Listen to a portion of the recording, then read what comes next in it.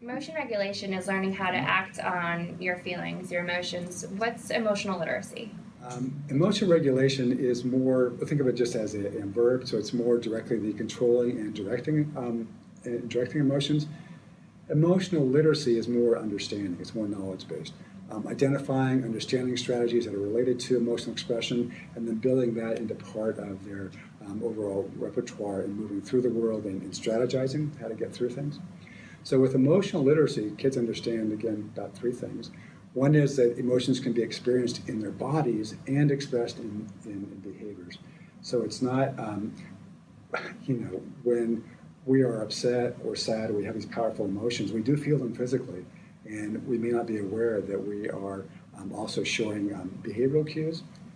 The younger the kid, the more likely that's going to be the case also. So we want to help kids understand that, yeah, when you're experiencing something, you may also be expressing it. The other thing is that you can recognize emotions in yourself and also in others.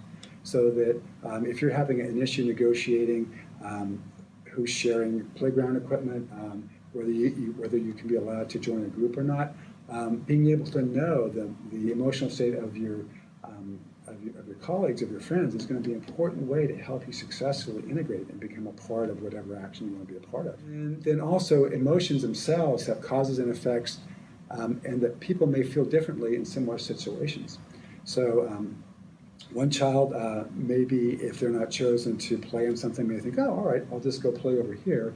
And for another child who has more investment or has other issues related to self-concept or whatever, they might be devastated. We want to help kids recognize that emotion and response is not one size fits all, that there's a range in the human experience.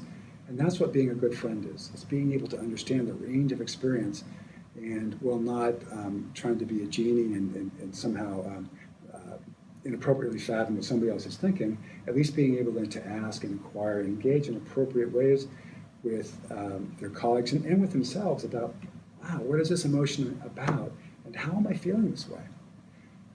Emotional literacy is cool because it takes away the mystery and the potential tyranny of the profound sensations associated with typical emotions. So it can be liberating, it allows us to be effective and to move on the path of doing well in school.